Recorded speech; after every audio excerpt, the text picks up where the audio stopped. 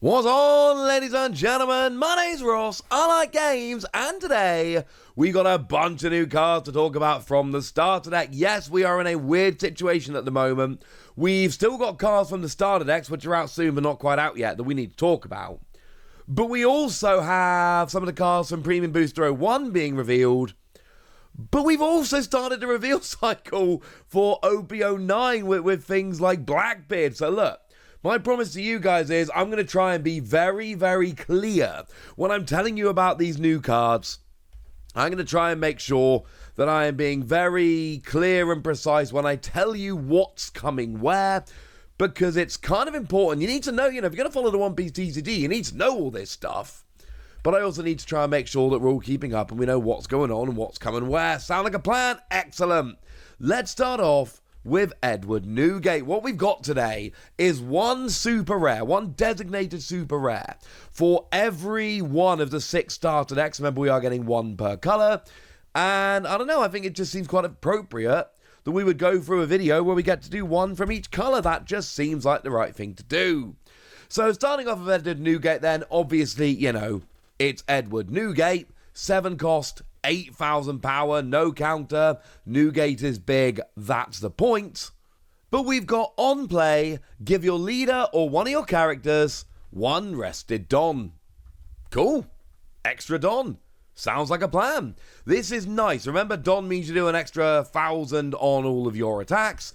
Being able to give a rested Don just as an on-play is good. It means you're getting a use out of one of your Don that you've used to pay for something. Getting a rested Don is very, very nice. It's also going to be a little bit of a theme we're going to see as we go through these characters. Giving rested Don is something we're seeing quite a lot.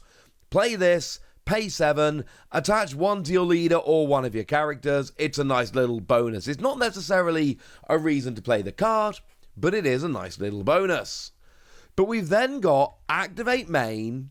You may rest this character to KO one of your opponent's characters with 5,000 or less power. Now we're talking, ladies and gentlemen. Now we are talking. Because, look, it's Newgate, right? You expect Newgate to be able to go and smash some people. That's kind of what Newgate does. But the idea that you get a 5,000 power or less, and again, right, when we say 5,000 power or less, remember we're talking here about red decks. And one of the things that red decks do so well is that they reduce power. We've seen that Starter Deck 10 Lore has been very, very good, and it's a very similar thing with Starter Deck 10 Lore. Yeah, you are taking a 3,000 power or less character and putting it at the bottom of your opponent's deck, but really, we're using cards like, Gordon and a million others to make sure that we're actually getting a much higher power character and getting rid of that instead. Sounds like a plan to me. Like adding the Don, like being able to KO a character, things are pretty nice. Moving on through to Starter Deck 16, we got ourselves an Uta, 4 cost, 6,000 power, and you've got Blocker. And it's a film blocker. Remember, the Uta leader, you kind of need to have film cards. Because the whole point is you look at the top card of your deck, and if it's a film card, you get to draw it. Otherwise, you don't. So when you play an Uta, you really want to be making sure that you've got as film a deck as possible. So just having another blocker and a decent sized blocker available for a film deck is a very, very good thing. We've then got activate main once per turn. You have to trash a film card from your hand, and it does specifically need to be a film card from your hand. Again, the whole point here is that you are making your deck as filmy as absolutely possible. And then you can give 1 rested Don to your leader or one of your characters. I did tell you there was going to be a bit of a theme going on here. When I started translating these cards, I started seeing the theme pretty quickly, as I'm sure you have as well. And if not, I've just gone and blooming told you now, ain't I? Point is, again, it's rested Don. It's making use of rested Don. It's beefing up one of your characters for a turn. The thing is, this is an activate main once per turn. Now, you do have to trash a film type card, which is not ideal, but it means every turn you want that little boost of power, you can have it. Now, you're not necessarily always going to have a film card that you are willing to discard every turn, but I don't care. This is still a good skill that we're going to absolutely get some use out of, and you're a film character, and you're a blocker, and frankly, this is adding up rather nicely. Moving forward into Starter Deck 17. Again, it feels like we need to go in order here. It'd be kind of weird if we didn't. We've got ourselves a Trafalgar Law. Of course, we are going for a 7 Warlords of the Sea deck here. And this is a 7 Warlords of the Sea. So yay! Or a 7 Warlord of the Sea, I suppose, is more accurate. 4 cost, 5,000 power, counter plus 1,000. And we've got an on play. You may put one of your characters back to your hand, return one of your characters to your hand, which admittedly, not necessarily ideal. But then, if your leader is 7 Warlords of the Sea, you get to take an 8 cost or lower character from your opponent and return it to their hand. Essentially, you're swapping one of your characters for one of theirs. The thing is, you get to choose both times. You get the choice both times of which one you actually go for, and that is a very, very, very big deal. Because, of course, you can bounce a character back to your hand that's got a good counter plus 2k or whatever. Something like Kaya here is a great example. I'm not saying you'll use it with Kaya. I'm just saying Kaya is a great example of the kind of thing you can do here, because Kaya's got a nice on-play skill. That is to say that you draw 2 and trash 2. It's really nice in terms of just being a decent draw engine, yay. But then also, by the same token, you've got counter plus 2,000, which means that you can bounce it to your hand and then use it as a counter. It's a great card to be bouncing back, or bounce it back to your hand and replay it. You're paying 1 Don to draw 2, trash 2. It's decent. Good card to be bouncing back like this. It's only for 7 Warlords of the Sea, of course, but we do actually have a bunch of options here. The Don Quixote do Flamingo from OP01 will absolutely work. The Crocodile from OP01, which is partly blue, so we'll absolutely be able to play it, works here as well. And let's not forget that in OP07 we get the Boa Hancock as well. So we do have some options here. It doesn't have to be, obviously, the Don Quixote do Flamingo from OP01. That is a leader that is getting reprinted in this particular deck. Obviously, that's an option. I'm just saying that there are other options as well. If you want to be going along with this, if you want to be playing this card, we do have a few different we got 3 different options, right? But that's all right. Three's better than none, ladies and gentlemen. Three's better than none. Now, moving over into Starter Deck 18, we have got ourselves the Zorro Duro. We are, of course, getting a bunch of these purple Wano Straw Hats in Starter Deck 18. We now get ourselves a Zorro. Cool. And on play, you look at the top 5 cards of your deck and find a purple Straw Hat Pirate, and you go and pop it into your hand. And we've had a bunch of these lately. Obviously, back in OP05, we had a whole suite of them. Things like the Zorro Duro there is seeing a bunch of play. People really like that one. Franosuke, etc. So, if you're playing those kind of cards, yeah. Why not, ladies and gentlemen? Why not? The biggest problem is that if you're playing that kind of deck, are you really playing enough of the Straw Hat Pirates in purple to make it worth it? And that literally is the question, right? If you are, brilliant, love it. But if you're not, well, I'm just saying that it might not actually end up being quite good enough. Over in Starter Deck 19, we've got Hina, which makes sense. Smoker Starter Deck, Navy, all of that. Okay, fine, I get ya. It's not Smoker or Tashigi, but it's still a cool enough character. And we've got Don X1. On your opponent's turn, this character gains +4 cost. Now, this is very reminiscent of the Jack, for instance, from OP08, which gains cost when it's in play on your opponent's turn.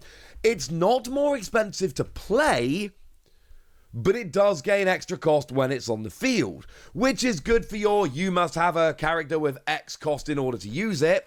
And for what it's worth, there are a bunch of characters out there that really want you to have an 8 cost in order to actually be able to use them.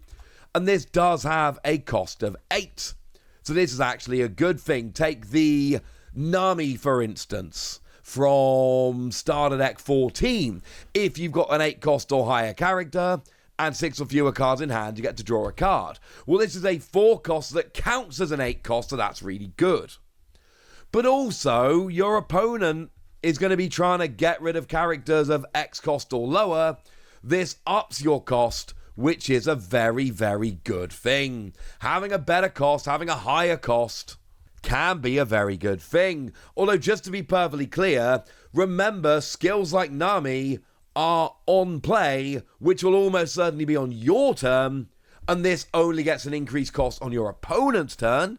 Jack gets an increased cost everywhere. So this is more playing defense against your opponent because it's a skill that only works on your opponent's turn. But if there are these skills, which there might be, that activate on your opponent's turn, well, wonderful news. This will have the increase on your opponent's turn if you've got a Don on there. Cool? Excellent.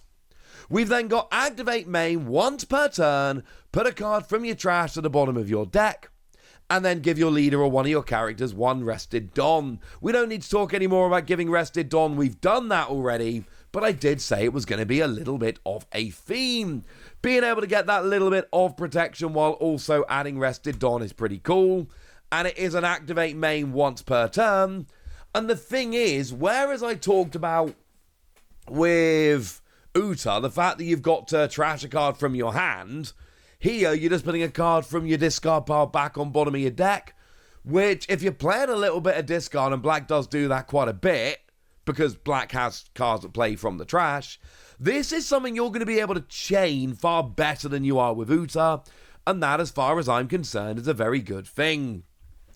And then we finish off with Charlotte Katakuri. As a fun little side note, remember I told you the other day, there is actually a Charlotte Katakuri in the starter decks. There's one from starter deck 16 in the Green Uta starter deck, but now we've got the super rare in the Katakuri deck, which obviously does make a lot of sense. 5 cost, 6,000 power, counter plus 1,000, and you've got blocker. Decent blocker. You can always use some decent blockers. We've then got activate main once per turn. Turn the top card of your life face up. Give your leader or one of your characters one rested Don. Yeah, we know all of this, alright? I told you. We did take a little bit of a break, but it is very much a theme here. Problem here, of course, is, like I said a minute ago, are you going to be able to chain this? Black decks having a card to put from your discard pile under your deck? Yeah. That's something you can probably rely on. Heavy film decks having a film card to trash from your hand, you're probably going to have one. Whether you're going to want to or not is a different question. Being able to flip the top card of your life face up. I mean, look, if your opponent's continually taking life, yes. But if they're not, you're going to have to... Essentially, they're going to have to keep taking life, and you're going to have to keep putting new life face down. Which is the kind of thing that yellow likes to do. But flipping your life from face up to face down is awkward. It is going to be your opponent takes life, so you add a new one, and that new one is face down, and you're going to have to be trying to chain that turn after turn. You'll be able to do it sometimes. Are you going to be able to reliably do it consistently every game? I'm skeptical. I honestly think this is, at times, going to be the hardest of the three, in terms of the ones I've just mentioned to give Don. But still, you are giving extra Don, and you know what? Yeah, this could be cool. Still a big blocker otherwise anyway. So there we go. I promised you one new super rare from each of the new starter decks, and I'm pretty sure I've delivered one new super rare from each of the new starter decks. So now it's over to you guys. Tell me which of these you like. Tell me which you're excited by. Tell me which of the new starter decks as a whole you're excited about. Tell me anything you want to tell me in the comment section. Go nuts! Be nice. And then make sure you like this video, subscribe to this channel, follow me on Twitter at TheWasi. That's where we talk about One Piece and a bunch of other card games. And please do consider checking out patreon.com/PTCG Radio, where you can support the channel, get some bonus podcasts, join a Discord, and all kind of fun things. But by far the most important thing, as always, look after yourselves till next time, would ya? Thank you very much for watching. My name's Ross, and you've been watching Wasi Plays.